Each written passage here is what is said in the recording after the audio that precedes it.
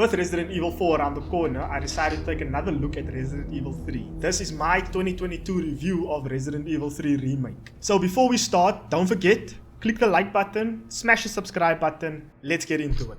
Released on the 3rd of April 2020, Resident Evil 3 Remake took the world by storm as the game's predecessor Resident Evil 3 Nemesis was the placeholder as one of the greatest Resident Evil games before the remake of Resident Evil 2 was released. In this video, I'll explain the plot and what went wrong with this game when it was released.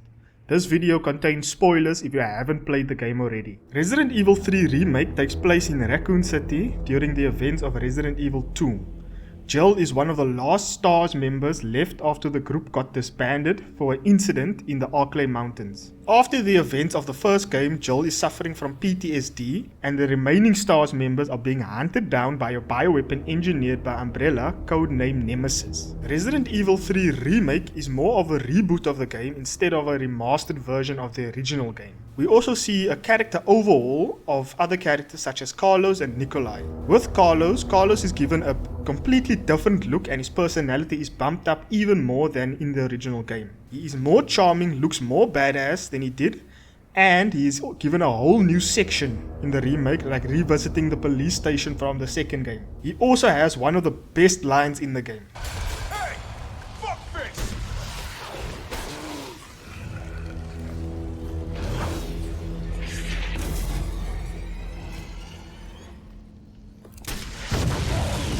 With Nikolai, his character arc has also changed. We are given a villain with no remorse. He is not a villain that has alternative motives. He is a villain that just wants to get rich while the world burns around him. Always appearing when not needed, he is mostly around Jill and Nemesis whenever they have an encounter, so that he can record the data for Umbrella.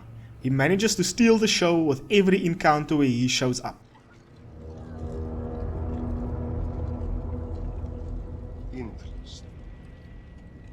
You've done me a big favor, miss. Nemesis got an upgrade as well with a completely new way of mutating throughout the game, looking even more menacing with each mutation. Resident Evil 3 Remake also done an overhaul with Raccoon City, keeping characters from the original game, but they've changed the locations of certain events.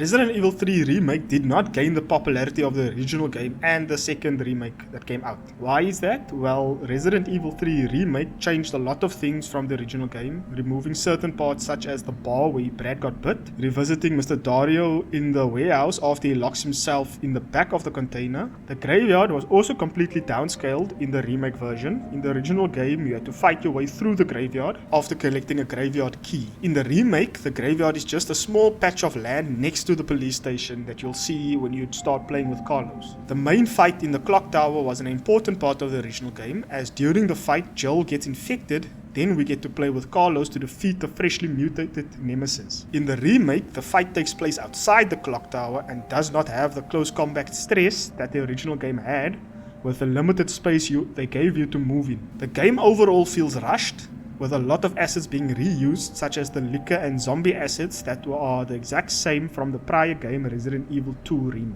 Now, even though Nemesis had these improvements done to him, it ruined the character that made the original game more fun.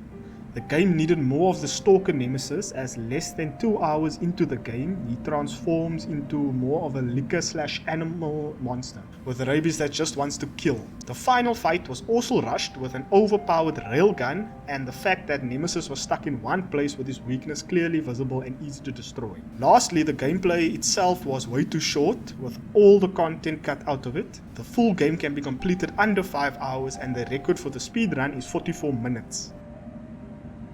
The story is way too linear, but that is normal for a Resident Evil game. But they should have done a 2-part gameplay like they did with Leon and Claire in Resident Evil 2, allowing the players to play with either Jill or Carlos as separate stories that join later for the ending. The game feels more like an expansion pack to Resident Evil 2 Remake than it does as a remake for Resident Evil 3 Nemesis. Hopefully Capcom fixes these issues with Resident Evil 4 that's releasing next year.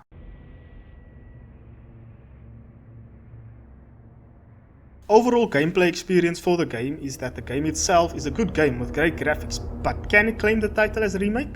Personally, I do not feel so. It feels more like an expansion pack than it does as an actual remake game. In the beginning of the game, we get to experience Joel in the first person. That was enjoyable. I wish they included it as a camera angle for the gameplay as it was successful in the recent games. The movement of the character is the exact same to all prior Resident Evil games before the Ethan storyline of 7 and 8.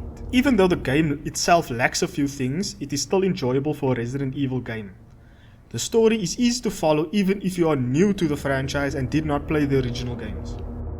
Now with Resident Evil 4 coming out next year, we hope we'll get to see the original game as a remastered version with nothing cut out of it. If you haven't seen the trailer of the game, I can direct you to a reaction video I did on the trailer. Or if you want to see the gameplay to Resident Evil 3 Remake, I will link the card also on the screen on this side. And the playlist will also be in the description below. Don't forget to click the like button if you enjoyed this video and subscribe to my channel for more content. Thanks for watching.